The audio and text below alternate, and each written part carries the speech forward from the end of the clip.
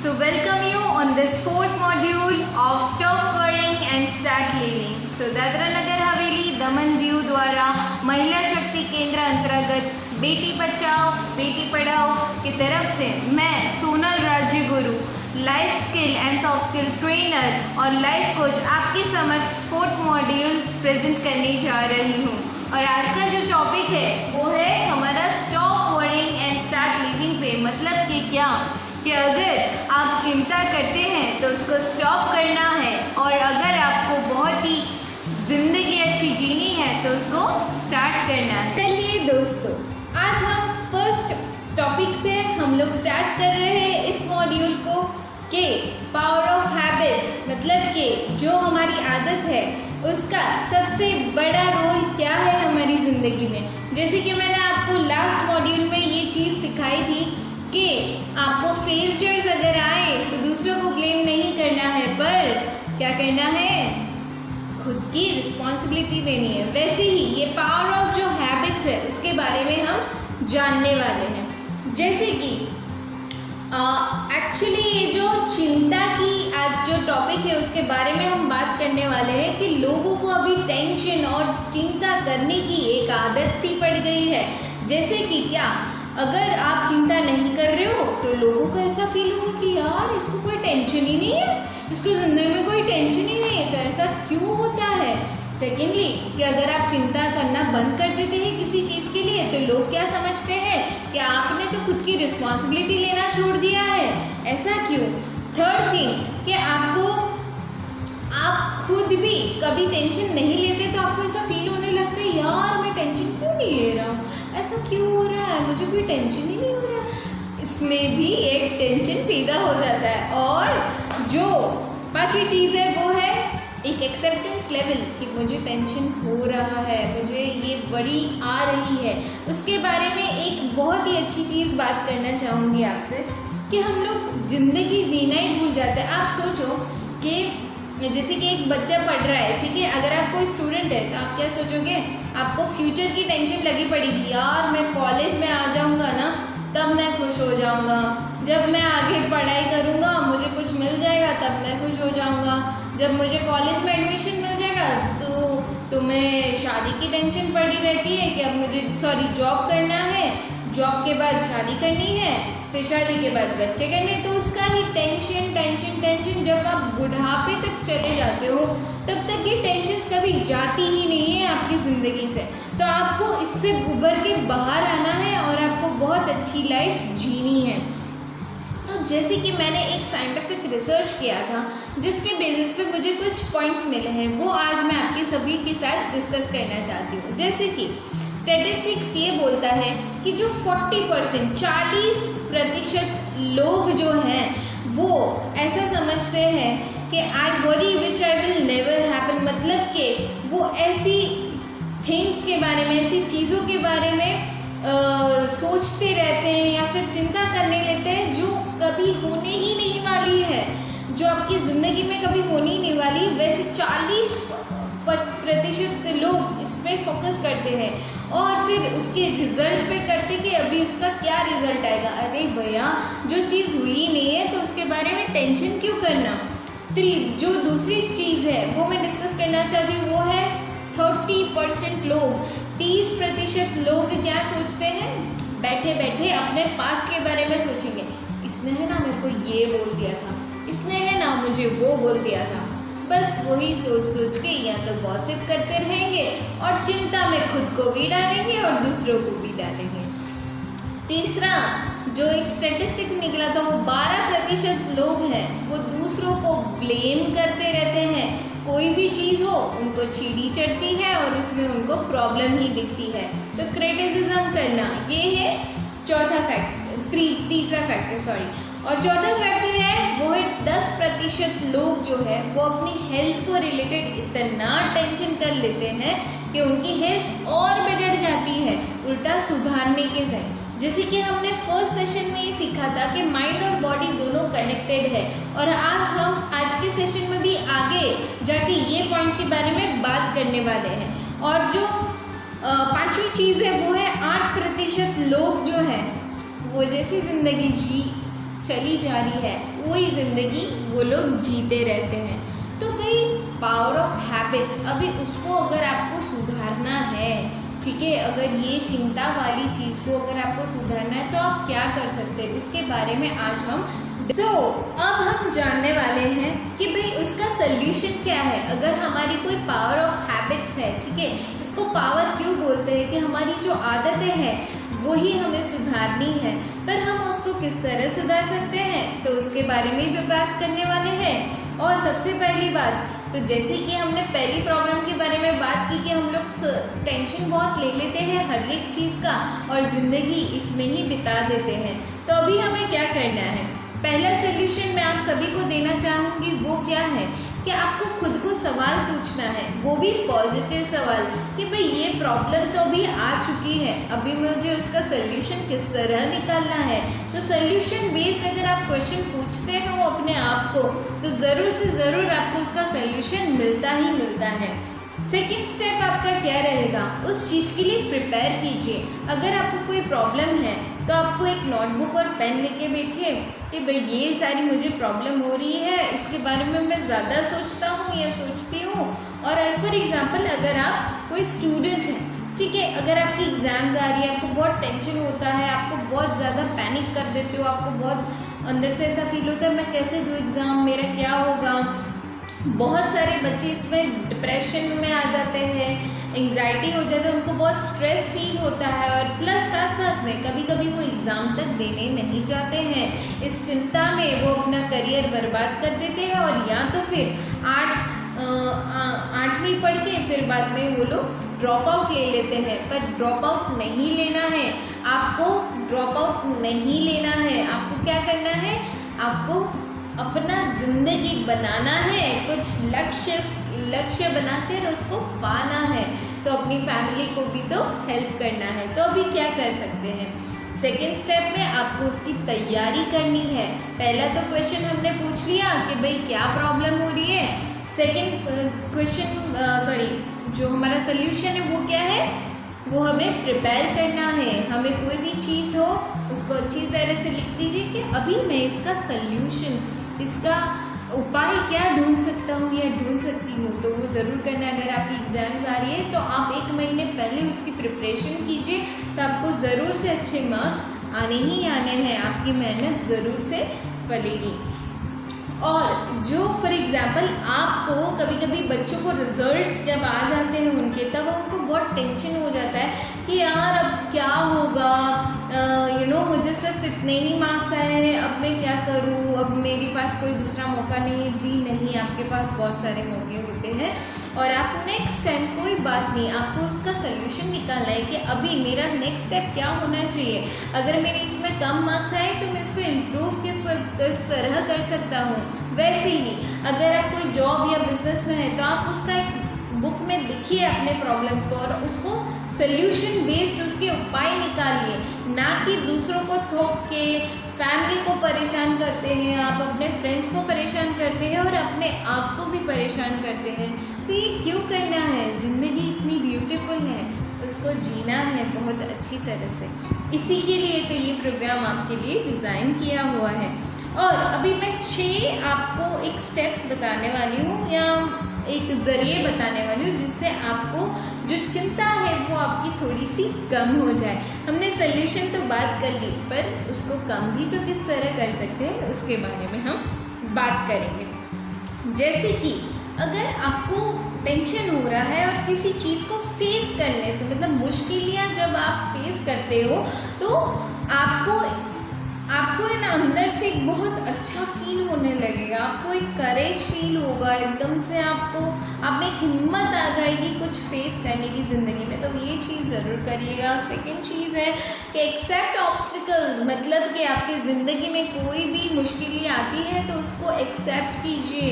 Accept मतलब कि उसको स्वीकार कीजिए कि ये ऐसा ही है, इसमें कोई चेंजेस नहीं होने वाला है, इसकी वजह से आपको ये चीज़ ज़्यादा देखनी होगी, ठीक है। थर्ड चीज़ क्या है कि आपको अपनी ब्लेसिंग्स, जो आपके आशीर्वाद रूपी आपको ज़िंदगी उस खुदा ने या भगवान ने या फिर आपके अल्लाह ने दी है, तो उसको स्वीकार कीजिए और अच्छी तरह से जीना सीखिए और थैंक यू बोलिए हमेशा। Gratitude works like anything. आपको थैंक यू बोलना है उस भगवान को कि आपको इतनी अच्छी ज़िंदगी दी है। जो 5th पॉइंट है वो है अपॉर्चुनिटी, मतलब कि आपको खुद एक मौका बनना है और मौका बन के मौका आपके पास आता ही रहेगा। और आप जैसे ही अपना माइंड, जब आप स्ट्रेस्ड हैं, आप जब चिंता में हैं, उससे शिफ्ट करके आपके एक्शन में जब आप लग जाते हैं अपने लक्ष्य को पाने के लिए, तब आपका सल्यूशन आना ही आना है। और 6th है दूसरों को देना। वो हम लोग ने ऑलरेडी बात कर ली है कि दूसरों की मदद कीजिए हो सके उतने, ठीक है। सो ये रहा आपका आज का पॉइंट था, ठीक। ओके दोस्तों, सो अभी हम अपने सेकंड टॉपिक की तरफ बढ़ रहे हैं, जिसका नाम है इम्यूनिटी मैटर्स। मतलब कि आपकी जो रोग प्रतिकारक शक्ति है वो आपके लिए बहुत ही मैटर करती है।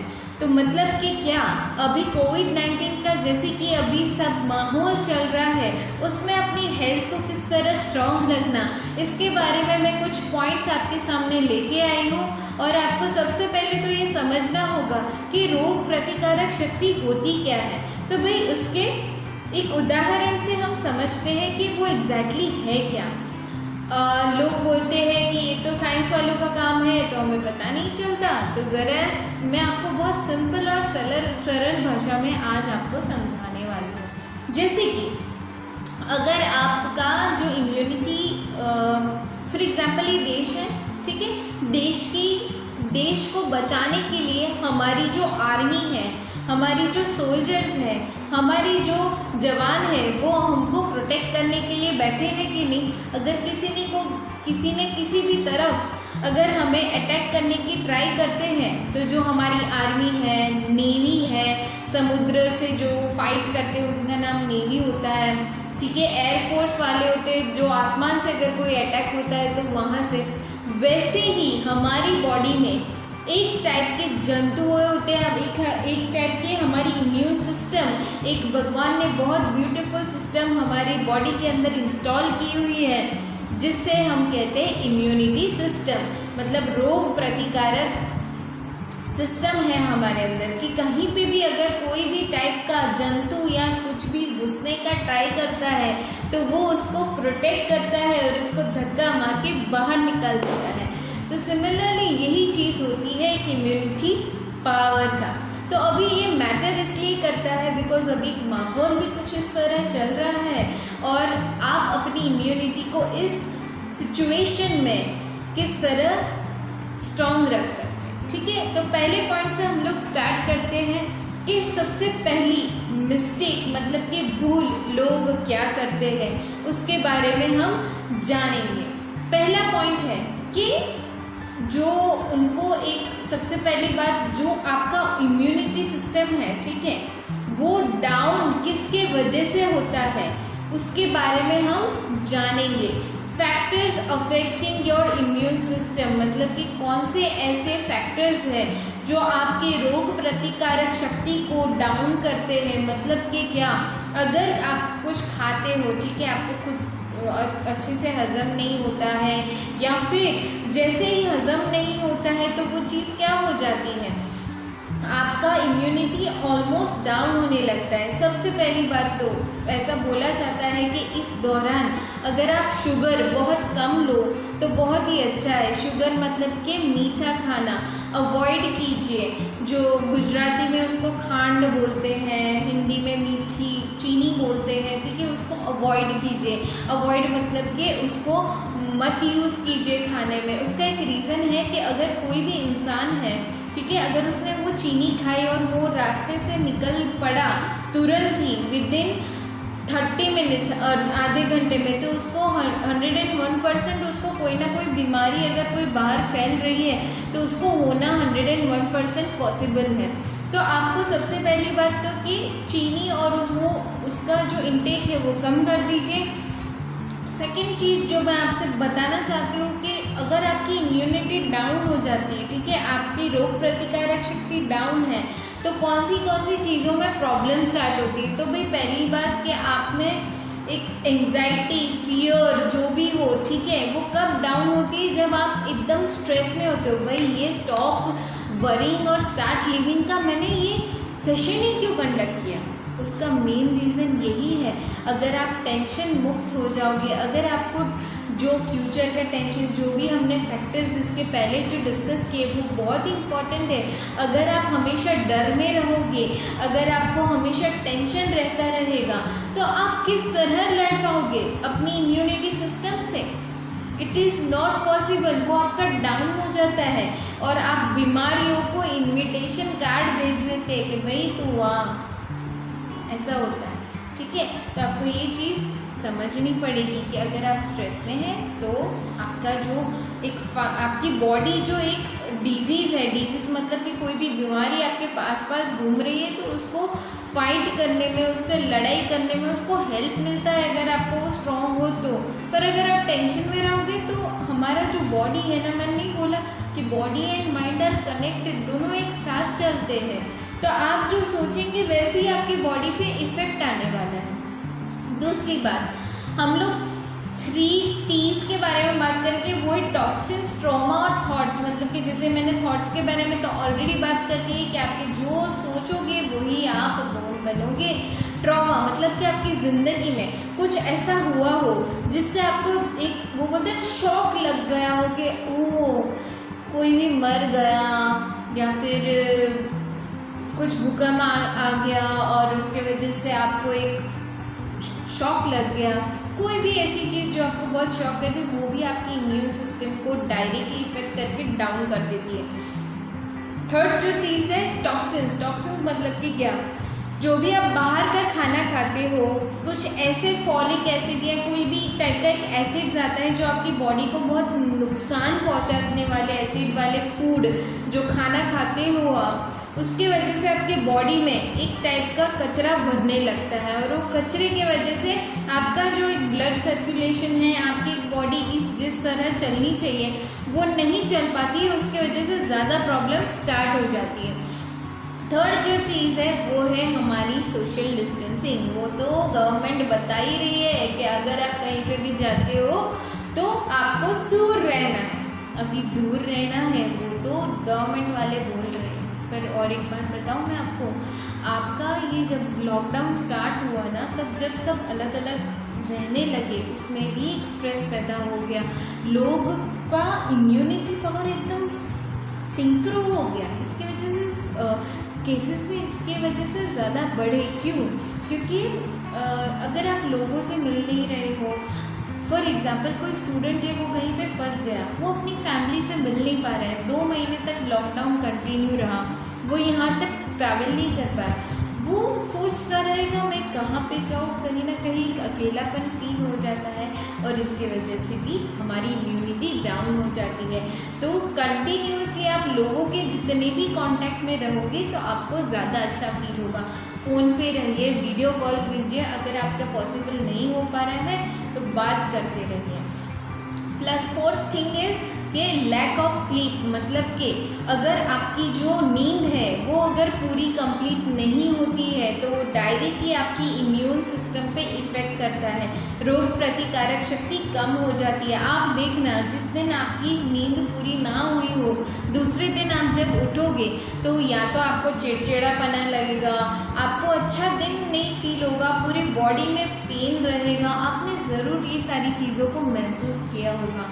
इसके वजह से वो क्यों होता है? वो आपकी रोग प्रतिकारक शक्ति को डाउन किया, बीमारी को इन्वाइट किया और फिर आपको बॉडी में प्रॉब्लम होना स्टार्ट। तो अच्छे से स्लीप लीजिए। देखो उसके सल्यूशंस बहुत सारे हैं।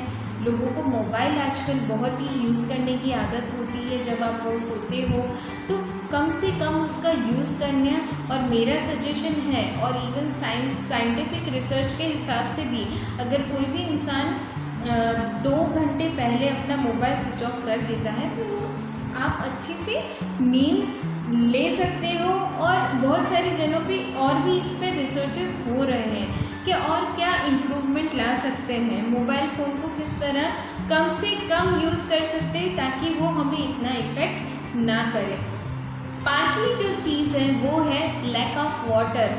आप अपना पानी अपने बॉडी में बहुत कम डालते हैं। ज़रा से मैं ये बता दूं कि हमारी बॉडी में 70% मतलब 17% हमारा पानी है हमारे बॉडी में। अगर हम उस टाइप के फूड मतलब कि जो खाना है उसमें अगर हम वो वाटर वाला फूड नहीं लेंगे तो फिर क्या होगा, बाहर का ही खाते रहेंगे तो क्या होगा।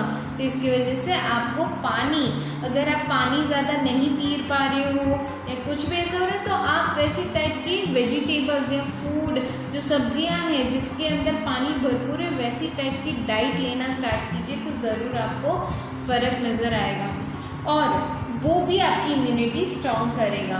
6 जो चीज़ है वो आपकी, जिन लोग की लैक ऑफ एक्सरसाइज मतलब कि फ़िज़िकल मूवमेंट नहीं करते हो, एक्सरसाइज नहीं करते हो, योगा या कुछ भी नहीं कर रहे हो। देखो आपको एक बात बता दूँ, जो हमें भगवान ने बॉडी दिया है ना वो हमें क्यों 4 पैर पे नहीं चल, हम लोग क्यों एक ट्री जैसे नहीं है, हम लोग क्यों एक पेड़ जैसे नहीं है कि एक ही जगह पे खड़े रहें। हमें क्यों पैर दिए, चलने के लिए ना, मूवमेंट के लिए। अगर वही नहीं हो रहा है तो फिर आपकी बॉडी में जो बीमारियां हैं उसको आप इनवाइट कर रहे हैं। ठीक है, तो एक्सरसाइज करना बहुत इंपॉर्टेंट है, ये तो सब लोग बोलते ही हैं। 7th food is junk food, जो मैंने आपको मना किया कि बाहर का खाना कम से कम खाइए। 8वीं चीज़ जो है जो मैंने ऑलरेडी बता दी है वो है शुगर का इंटेक बहुत कम करना है, चीनी वगैरह वो सारी चीज़ें, मीठा कम से कम खाना। अगर आपको बीमार कम होना है तो प्लीज़ मीठा कम कीजिए। और 9th है इसके, आपको अगर अल्कोहलिज्म, स्मोकिंग या कुछ भी आदत हो, सिगरेट है, दारू है या फिर कोई भी टाइप की तंबाकू या कुछ भी आप खाते हो वो भी आपकी इम्यून सिस्टम पे डायरेक्ट इफ़ेक्ट होता है। मुझे पता है बहुत सारे लोगों को इससे प्रॉब्लम हो सकती है, पर ये वो फैक्ट्स होते हैं और आपको इसको फॉलो करना है अगर आपको अपनी ज़िंदगी बचानी है और अच्छी तरह से अपने स्वास्थ्य को रखना हो। तो 10वीं चीज़ है वो है आपकी अगर आपने कॉफ़ी ज़्यादा पीते हो, ठीक है, तो उसको कम कर दीजिए। कैफीन से भी बहुत ही प्रॉब्लम हो जाती है। ठीक है, सो यही था हमारा जो इम्यूनिटी पे मैं आपको टिप्स देने वाली थी, वो मेजर कॉजेज़ यही थे।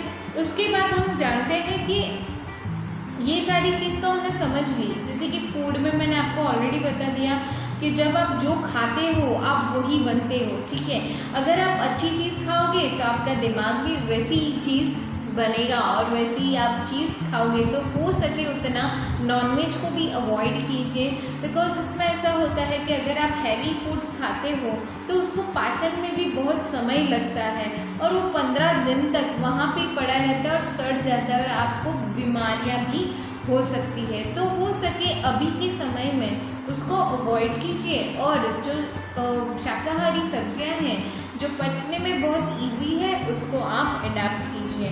फिर मेरी जो तीसरी मेन टिप है आपको कि आप योग और ध्यान कीजिए। ठीक है, योगा बेस्ट वर्क करता है आपकी रोग प्रतिकारक शक्ति को बढ़ाने के लिए। तो क्या करना है आपको, अच्छी तरह से योगा कीजिए। आपको स्कूल में भी तो मेडिटेशन करवाते होंगे, ध्यान लगाना सिखाते होंगे, तो अगर आपको सूर्य नमस्कार आता है तो वो कीजिए अच्छे से, या तो फिर दिन में सिर्फ 5 मिनट आप उस तरह एक जगह पे बैठ के मेडिटेशन करना है और फिर अच्छे से ध्यान लगाना है।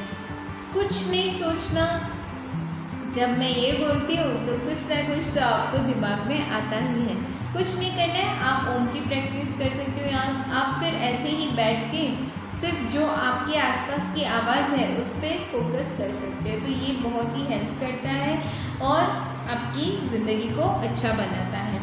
और जो लास्ट गिफ्ट जो मेरे तरफ से मैं आपको देने वाली हूँ वो ये है कि आपको सबसे पहली बात तो ये करनी है कि एक डायरी बनाइए। देखो अगर आप स्टूडेंट हो ना तो मैं आपको अभी आज टास्क दे रही हूँ, जैसे कि मैंने लास्ट टाइम आपको सॉफ्ट स्किल में भी दिया था, ठीक है, डिसीजन मेकिंग और गोल सेटिंग के रिलेटेड। तो आज जो मैं आपको एक टास्क देने वाली हूँ, एक एक्टिविटी देने वाली हूँ, वो ये है कि आप रोज़ एक अपनी मस्त थैंक यू वाली डायरी बनाइए।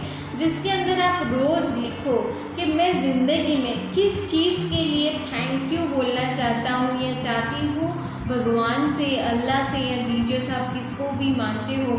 तो आप एक डायरी बना के लिखिए और रोज़ सुबह उठ के भगवान को प्रार्थना कीजिए और उनको भी थैंक यू बोलिए। ये इतना ब्यूटीफुल लाइफ दिया है, तो हमें टेंशन नहीं करना है, पर टेंशन से मुक्त होके उस भगवान को भी प्रार्थना करनी है। ज़रा ये भी बता दूँ, आप अभी ये सोच रहे होंगे कि ये पॉइंट में मैडम इसमें क्यों ये पॉइंट बोला, इम्यून सिस्टम, रोग प्रतिकारक शक्ति तो हमारे बॉडी के रिलेटेड है, इसको क्या इससे लेना देना है। तो ज़रा से मैं ये भी बता दूँ कि हमारे जो थॉट्स है, जैसे कि मैंने बोला कि आप जैसे ही उस परमात्मा से कनेक्ट हो जाते हो तो आपका इम्यूनिटी भी थोड़ा मेंटेन होने लगता है। आप स्ट्रेस फ्री अपने आप को महसूस करते हैं और अपने आप को एक प्रोटेक्टिव एनवायरनमेंट में, जैसे कि आप कोई आपको मदद कर रहा है, वैसे टाइप का आपको फीलिंग आएगा। सो चलिए बढ़ते हैं अपने नेक्स्ट टॉपिक की तरफ।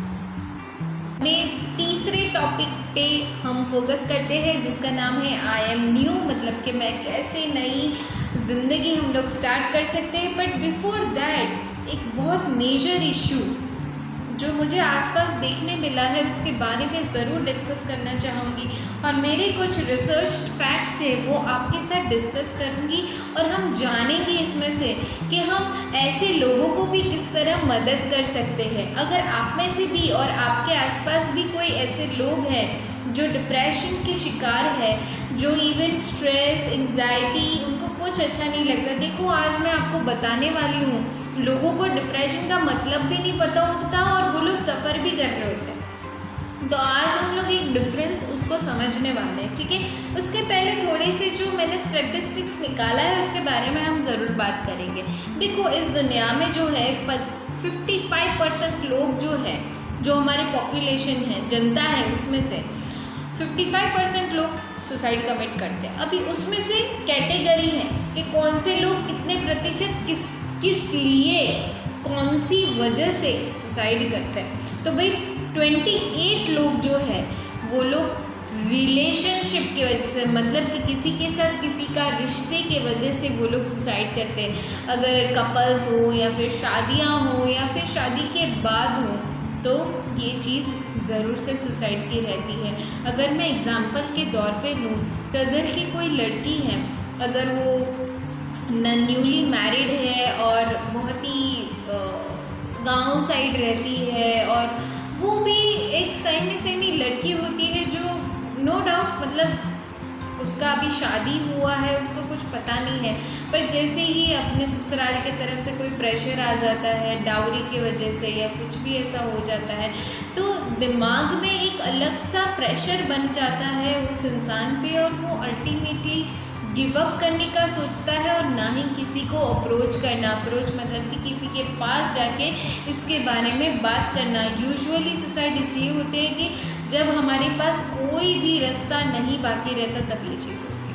अभी हम आगे बढ़ते, 10% लोग हैं वो फाइनेंशियल इश्यूज़ की वजह से सुसाइड करते हैं। जैसे कि हमारे फाइनेंशियल मतलब कि पैसों की वजह से, पैसों की कमी होने की वजह से सुसाइड करते हैं। जैसे कि हमारे जनता में से हमारे जो किसान हैं वो हमें जो फसल उगा के देते हैं, हम तक पहुंचाते हैं, वो ही तो सुसाइड कर रहे हैं। ऐसा बोला जाता है कि इंडिया तो ब्लीड कर रहा है।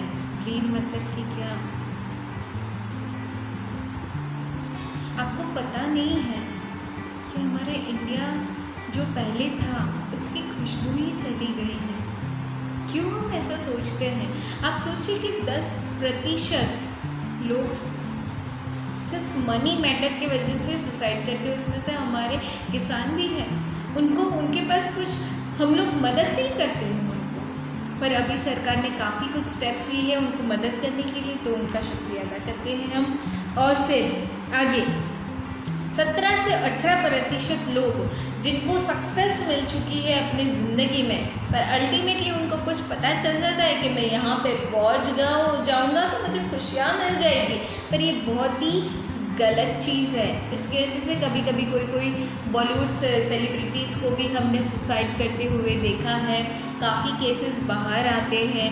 और उसके वजह से देखो एक सक्सेस मिल जाती है ना, उसमें क्या हो जाता है हमें कि एक प्रेशर भी तो उतना ही बन जाता है। आप देखना, आप कोई कंपनी में काम करते हो तो फिर एक CEO लेवल का प्रेशर डिफरेंट होता है और एक जो नीचे इंसान काम कर रहा है उसका डिफरेंट है, पर मोस्टली सेम ही प्रेशर है। ठीक है, तो आपको नहीं पता कि कौन इंसान किस तरह से ज़रिए से गुजर रहा है, उसको ज़रूर से हेल्प कीजिए। और फिर 20% लोग, 20% लोग सोसाइटी के प्रेशर की वजह से, मतलब जो हमारी समाज है उसके प्रेशर की वजह से सुसाइड करते हैं। अगर उसने कुछ गलती कर दी है तो सोसाइटी वाले, जो भी समाज वाले, वो उसको ब्लेम करते रहते हैं और फिर उसके वजह से इंसान प्रेशर में आके सुसाइड करता है।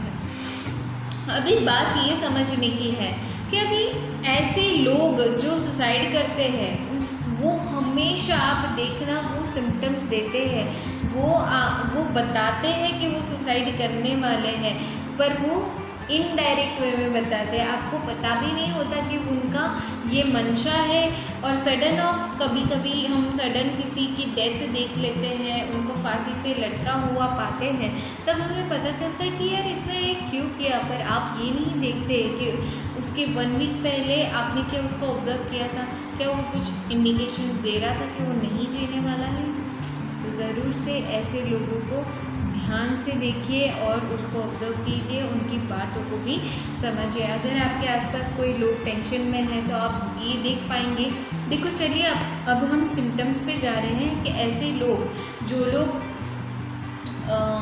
डिप्रेशन में हैं और उनको पता नहीं है, तो मैं ज़रा सा आपको उनके ऐसे सब मैं कुछ पॉइंट्स बताने वाली हूँ जिससे आपको पता चलेगा कि इंसान डिप्रेशन में है और वो लास्ट स्टेज तक पहुंच चुका है जहाँ पे वो अपनी ज़िंदगी को कुछ अच्छी तरह से नज़रिए से देख ही नहीं सकता। आप देखना उनकी बातों में आपको बहुत सारी चीज़ें सुनने मिलेंगी। ठीक है, पहली बात ये है कि मूड स्विंग्स होना। अगर आपके आसपास कोई भी ऐसे लोग हैं जो आपके साथ एकदम नॉर्मल बिहेव कर रहे थे, पर सडनली उनका जो बिहेवियर है, उनका जो बर्ताव है, वो अचानक से चेंज हो गया, तो अगर वो चेंज होता है तो उस पर भी आपको फोकस करना है। आप देखिए कि उनके आसपास कुछ ऐसा नहीं हो रहा। सेकंड चीज़ है कि हमारी जो आँख है वो अपने आत्मा का मिरर है। आपको पता चलता है उनकी आँखों में एक दुख दिखेगा, हर वक्त आपको एक दुख दिखेगा, तो वो एक सिम्टम आप देख सकते हो। तीसरा है कि उनमें खुद को प्यार करने का एक जो वो खुद को प्यार करना छोड़ देते हैं, अपने आप को संभालते नहीं हैं, अपना ध्यान नहीं रखते हैं, वैसे सब करने लगते हैं। चौथी चीज़ है कि वो जब कोई भी सोशल गैदरिंग होती है, मतलब कि कहीं पे भी मिलना जुलना रहता है, तो वो मिलना जुलना किसी से छोड़ देते हैं, वो अकेला रहना ज़्यादा पसंद करते हैं। हाँ, दूसरे भी ऐसे लोग हैं जिनको अकेले रहना ज़्यादा पसंद है। वो ऐसे लोग हैं जिनको इंट्रोवर्ट, मतलब बचपन से ऐसे ही है, पर मैं उन लोगों की बात कर रही हूँ जिन्होंने सडनली अपना डिसीजन, मतलब अपनी लाइफ की जो लाइफस्टाइल है वो चेंज कर दी, तो उस पर आप ध्यान दीजिएगा। फिफ्थ जो चीज़ है कि एक साइन है जब कोई इंसान इस दुनिया को छोड़ के जाने वाला होता है, वो हमेशा अपनी सारी चीज़ों को लपेट के जाता है। तो जैसे ही अगर आप किसी इंसान को देखो कि वो अपना सब जो हिसाब किताब है वो ख़त्म करके सारी चीज़ें सॉल्व करने जा रहा है और वो चाहता है कि सब कुछ सेटल हो जाए, तो उस पर भी ध्यान दीजिएगा। और एक ज़िंदगी में एक ऐसा इंसान जिसको होपलेसनेस आ गई हो, मतलब कि मुझे अभी कुछ पसंद ही नहीं है, वैसे टाइप का एक बिहेवियर, अभी आप ऐसे लोगों की किस तरह हेल्प कर सकते हो उसके बारे में हम जानते हैं। पहली बात तो ये कि आप उनके लिए, अगर आपके आसपास कोई ऐसा लोग आप देखते हो, या आपकी कोई फ्रेंड हो, या फिर आपके क्लास में से कोई हो, आपकी कोई महिला हो, तो आपको बैठ के उसको बिठाना है और उसको ज़िंदगी के एक नया ज़रिया दिखाओ। जैसे कि मैंने आपको एक लाइफ का ये सेशंस के दौरान आपको एक पर्पस सिखाया कि जीवन में कुछ लक्ष्य बनाइए, वैसे ही आपको उसको उसके जीवन का लक्ष्य दिखाओ। बिकॉज सुसाइड का जब थॉट्स आते हैं ना, जब खुदकुशी करना है, उसके थॉट जब आते हैं, एक विचार जब आने लगते हैं, तब उसके सामने उसका जो भी कितना भी गंदा पास्ट होना वो उसके सामने तैरता रहता है। तो उसको आपको हटाना है, उस आईने को हटा के उसको एक नया दुनिया दिखानी है उसको, ठीक है। फिर सेकंड टिप है कि आप उसको बोलिए कि उसके घर में अच्छे अच्छे सुविचार रखें, ठीक है, थॉट रखें, तो उससे भी उसको अच्छा पढ़ के अच्छा फीलिंग आएगा, ठीक है। फिर उसको ऐसे लोगों के साथ इन्वॉल्व करने का ट्राई कीजिए ताकि वो ज़्यादा पॉजिटिव महसूस करे, ना कि नेगेटिव महसूस करे। और उसको जब वो आपके साथ कुछ शेयर कर रहा हो, ठीक है, वो अपनी बात बता रहा हो, तो उसको कुछ जज मत कीजिए, उसको सिर्फ सुन लीजिए। बैठ के सिर्फ सुनना है, आपको कुछ भी बोलना नहीं है, उसको हाँ हाँ दिलासा दो, ठीक है। चौथी चीज़ जो आपको करनी है वो है, आप कोई भी आपको ऐसा फील हो रहा है कि बहुत ही डिप्रेस है, आप उस प्रॉब्लम को सॉल्व नहीं कर पा रहे, तो ज़रूर से ऐसे चिकित्सा का मनोवैज्ञानिक के पास लेके जाइए, जो लोग साइकोलॉजिस्ट है, क्लिनिकल साइकोलॉजिस्ट है, काउंसलर्स बहुत सारे अवेलेबल हैं। तो आपको जहाँ से भी ऐसा फील हो कि उनको वहाँ से राहत मिल सकती है, तो आप उनको ज़रूर से वहाँ पे पहुँचाइए। तो आई होप कि ये सारी टिप्स आपको हेल्प करेगी सुसाइड को प्रिवेंट करने के लिए, और ये हमारी जिम्मेदारी है कि हम इन लोगों को ना ही नकारें पर उनको अपनाएं। चलो आइए हम अपने लास्ट टॉपिक पे फोकस करके आपको ये चीज़ बताना चाहूँगी मैं कि हमारी ज़िंदगी में सबसे पहले तो हमने ये सारी चीज़ें सीख ली कि भाई इससे बाहर कैसे आना है, ऐसे लोगों की मदद किस तरह करनी है। तो ये सारी चीज़ इतनी इम्पॉर्टेंट है अपनी ज़िंदगी में, जो आपको एक न्यू लाइफ देगी, आपको एक नया ज़रिया ज़िंदगी का देगी।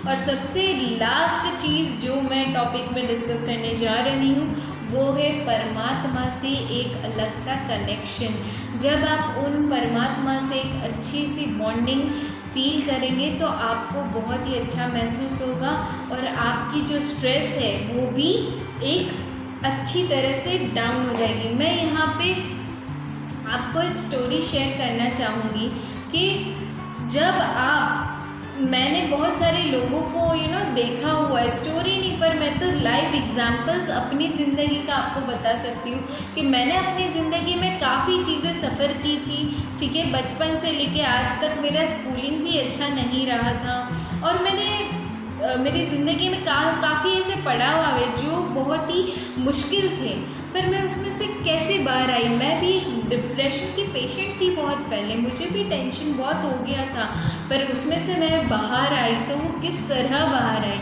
उसके बारे में आपको बताना चाहूँगी कि भाई मैंने ऐसी सब जो मुझे सेल्फ हेल्प बुक्स है वो मैंने रीड करना चालू किया, पर मेन चीज़ अगर मैं किसी भी ऐसी मुश्किल से अगर बाहर आ पाई तो उसका मेन रीज़न वही था कि उस परमात्मा का आशीर्वाद वो किस तरह मिला जब मैंने उनके बारे में पढ़ना स्टार्ट किया। या फिर आप कोई भी रिलीजन में मानते हो, चाहे आप हिंदू हो, मुस्लिम हो या फिर कोई क्रिश्चियन हो, तो आप अपना ग्रंथ ज़रूर से पढ़िए, उसमें से आपको बहुत सारे सल्यूशंस मिल सकते हैं अच्छी ज़िंदगी जीने के लिए। तो जब आप उस परमात्मा, उस अल्लाह या उस खुदा से, उस जीसस से आप कनेक्ट होते हैं, तब आपकी ज़िंदगी एकदम स्ट्रॉन्ग हो जाती है और आपको इतना शक्ति मिलता है ज़िंदगी जीने का कि ये सारे स्टेप्स लेने की संभावना ही नहीं रहती है। आप अपनी हेल्थ अच्छी कर सकते हैं, आप अपनी जो लोगों के साथ बात करने का एक तरीका अपने चेंज कर लिया, आप खुश रहना ज़्यादा स्टार्ट करोगे, ठीक है। सो मेरी तरफ से आज के लिए ये एक सेशन था जो बहुत ब्यूटीफुल है। तो अभी आपको क्या करना है, स्टॉप वरिंग और स्टार्ट लिविंग। आपको अच्छी तरह से जीना, अब जीना सीख लीजिए। वरी तो ज़िंदगी भर करना ही करना है, पर उससे बाहर निकलना वो हमारी जिम्मेदारी है। So thank you so much for attending. Before we leave मैं साइन ऑफ करती हूँ, पर आपको दादरा नगर हवेली दमन दीव की तरफ से और जो महिला शक्ति केंद्र अंतर्गत बेटी बचाओ बेटी पढ़ाओ प्रोग्राम की तरफ से ये जो सॉफ्ट स्किल ट्रेनिंग हुई है, ठीक है, तो आपको ये YouTube चैनल को सब्सक्राइब करना है और बेल आइकन पे क्लिक करना है, तो ज़रूर से इसको कीजिए। और थैंक यू सो मच।